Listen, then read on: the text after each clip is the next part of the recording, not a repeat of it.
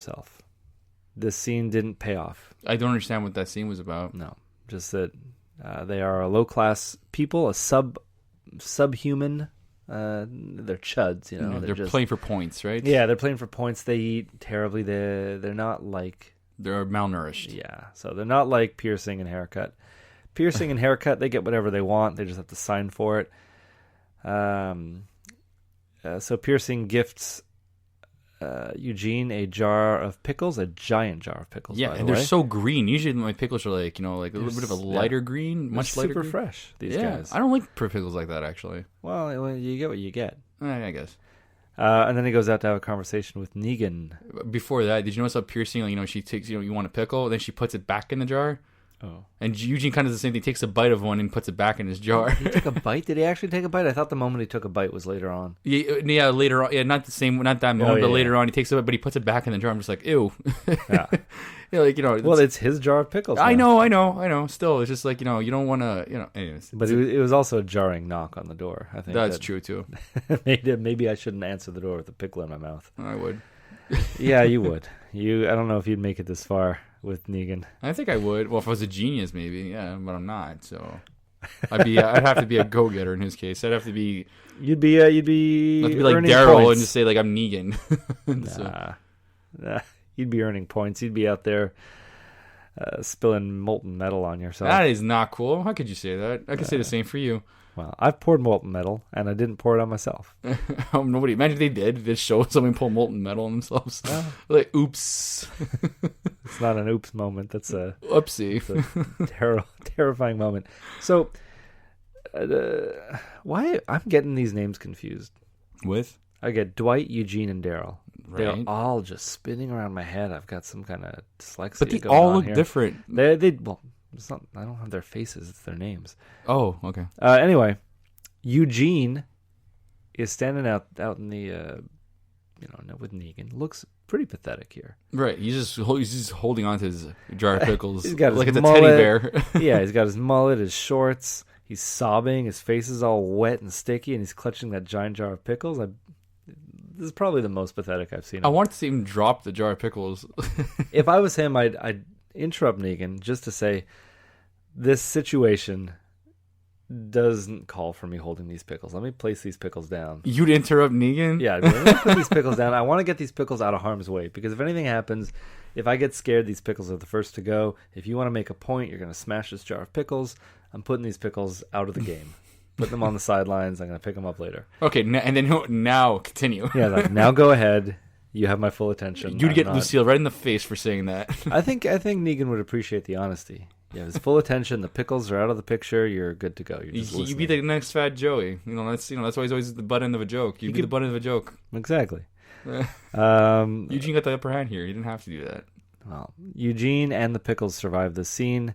Negan tests his smarts. And after a bit of hesitation, Eugene breaks out his human genome lies that he used on Abraham. And he comes up with an idea to pour molten metal over the walkers to keep them intact. This pleases Negan, and he sends 3 of his wives over to keep Eugene company, be it platonic company. So no sex, no... I guess no massages either. Well, he didn't want the massage. Turned down. Couldn't get him. Yeah, but I feel like that was a test or something. I thought this whole thing was a test. Oh yeah. I thought all 3 wives. It could have been.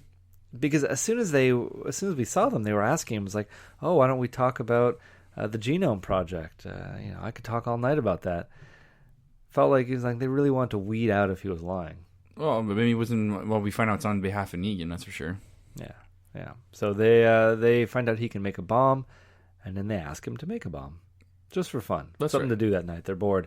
And so they do it. He was so awkward, too. He's just, he's kind of humming the whole 1812, the 1814 march or something. What's that, like the...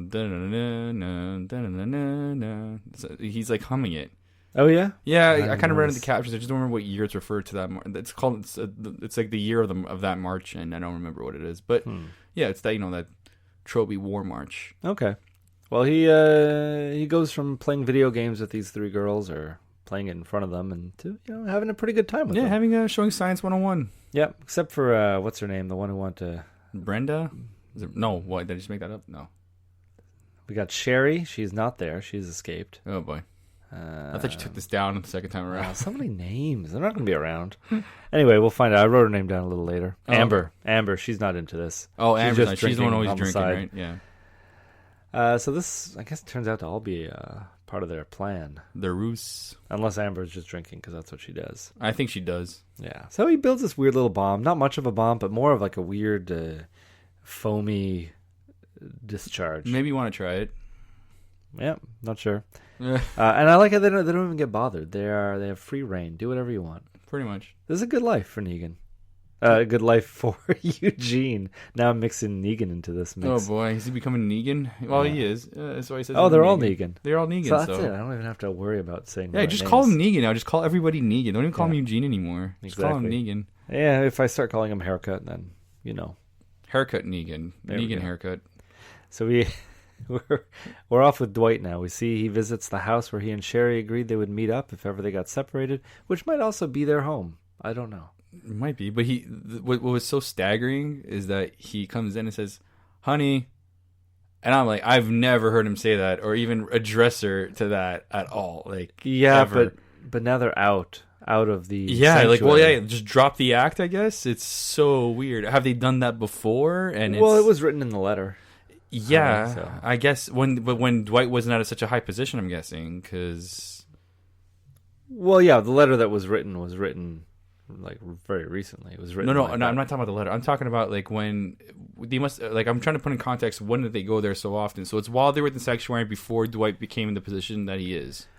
It could have been. It could have been any time. It could have been while they were just out living on the land before they ever met Negan. I don't know how far away this is. I can't grasp the context of this. Yeah, it seems like it's just in the woods beside the sanctuary, but it could be a day's drive. Who knows? Right. Yeah.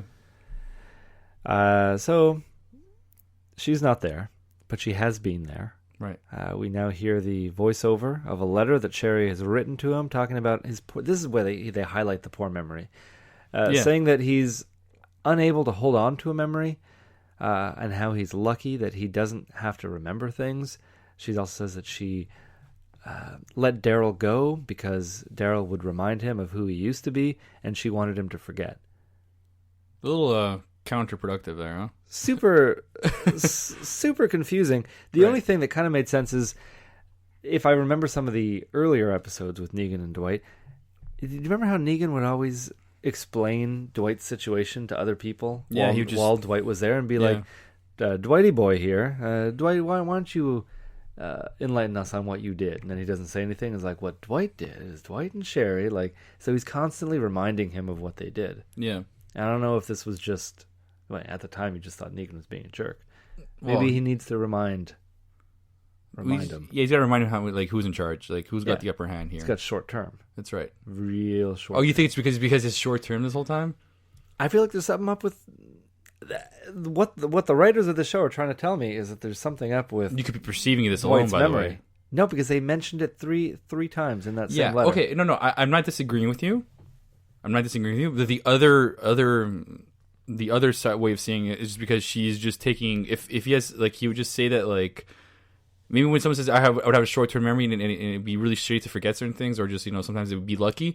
Maybe he just says that just to get out of an argument or just he used to say that just to get out of things, and then she would just use that to basically right now obviously she blames herself for his situation, but just she hates the fact that he has lost his way, lost his identity, so that's why she took stabs at him for doing that. But she blamed herself. That's right. I know, and I said so she's not taking jabs at him. I think she still is. I don't think at one point in this letter was there a jab taken at him. Yes, it was there all. Was. No, it was all. The minute she compares him to Dwight and how she favors Dwight's personality, that's basically taking a huge jab at him. How she favors Daryl's personality? That's the way Daryl is. Now, see, you're taking it a whole different way because that's fine. It's a perception. There's nothing wrong with it. But you're taking it as she's saying that Daryl's character reminds Dwight of how he used to be, where I'm thinking just the existence of Daryl being there reminds him of what they did, right? And what he is, and putting him in a position to constantly have to hurt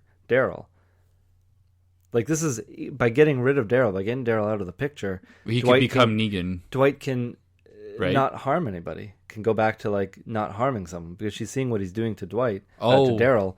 I'm thinking this is just to get him out of the picture. But she mentioned that always. But at the end of lunch, she goes, "But the fact that you killed, right? Do you have the letter written down? I don't have the whole letter. Or it was like, but the fact that you killed, that's when you changed for me. But she says that like I'm the reason that you did all this. That's right. Yeah, I loved who you used to be, and I'm sorry for making you who you are. I still lightly believe she because if she's, I basically find that she's using this letter to be cathartic. Yeah. So she'll address both sides, what she likes about him and what she doesn't like, and maybe what definitely largely what she blames herself for, but also it's like she's if this disability of his is a short term memory or whatever it is, she's definitely poking at it, basically saying the disadvantage of having that or making himself have it in a way. Yeah, but I don't think she's poking at it. I think she's just saying, I wish I was like you, and then she was saying how. You probably won't remember this. You probably won't even read this letter. And I'm thinking that's like, he probably doesn't even remember where this house is, so he's not going to find it, and he's not going to go back to it, and he's not going to even find this letter. It was all brought to a close when at the very end of the scene, we see that he takes out the beer and pretzels. One of the things that we would assume he wouldn't remember, and that she wouldn't think that he'd remember. Right. But he takes it out, so we know his memory is getting better, or something is happening. That's why I don't know. Okay, well, see, no, I'm not saying you're not wrong, but I would go with what I'm thinking, and that she's trying to remind him of the good times, and he just refuses to remember it because the position, because he kind of hates her for what she did. Definitely. This was going to lead to our discussion. I feel this is where our discussion was going to lead to when we were talking about earlier. Obviously, he hates what he's doing. Yes. He obviously hates what he's doing. He got the iron to the face on top of that. And, she has to pay for her own, she has to do her own thing as well. Like, being Negan's wife may be a good thing, but, to be, physically apt to basically sleep with someone she doesn't want to sleep with in order to keep someone else alive, that's basically selling herself out. It's her decision still, but it's still, she has her own fair share of sacrifices. But obviously Dwight's still kind of mad at her. And, that's the conflict here, as we already know. And the point I was getting at was, Dwight this whole time has been going through this internal struggle. Yeah. This internal struggle, and then finally he knows where to go find her. He found part of her, and that was left in that letter, and now she's gone. He'll never know where she is, and that part of him has to die. And even though maybe at that moment we don't even know for sure if he was going to take her back, if he was going to kill her, or if he was going to run away with her, and we don't really know that. Yeah. And that's the thing, and Sherry didn't want anything to do with it. And that kind of sucks. So for him, I think that pretzel and beer moment he could have said that maybe he was going to actually run away with her, and then now that part of him died after reading that letter. Oh, for sure. He's not going to bring the pretzel and beer just to kill her, right? Unless he wasn't sure. He's like, I'm going to bring it in case. Exactly. Whatever it would be, but it would still be unpredictable, right? Yeah. Okay. It was definitely because we still saw some written strange. Yeah, it was all of it, and everything about it was strange because I don't know what to take away from this. Right, because I don't think like anything's really definitive with Dwight right now. Everything's just up in the air. We just know it's all there, and we don't know where he's gonna be. He's teetering at the edge, and we don't know which way he's gonna be pushed. Yeah, is this like a 51st Dates situation where like every morning Negan has to show him a VHS of like the last good Adam Sandler film? Well, show him what happened to him, explain to him. Like, I don't think this is a medical condition. I really don't think so. I really just feel like it's something that he's like he said that to basically get himself out of things. It's a lazy way to go about things, and she just decided to just bring his attention to that. Okay, well, I'm going to bring this up again in a little bit because there's some other questionable scenes that I'm still trying to work my way through here regarding his memory. Okay, because I didn't find anything else that would, Well, even when you think back to some of the earlier, I'm trying to think back too. Right now. Well, not even this episode, but earlier Dwight episodes. Exactly. Remember, he just kept watching that Who's the Boss. He had Who's the Boss, and he was I felt like that was for us. It was for us, but it also explains like how is somebody just constantly rewatching because he just sits up all night watching reruns of Who's the Boss. You're gonna run out of reruns pretty soon. He did say he doesn't sleep. That's true, but that's not healthy either. No. But maybe he can just rewatch the same episodes over and over because he has a short-term memory. Yeah, man, I rewatch Friends episodes in The Office. Yeah, well, I don't have short-term memory. I don't think Who's the Boss seems a little harder to get through. What are we doing right now? I'm kidding. So why are these headphones on me? Why is there a mic in front of me?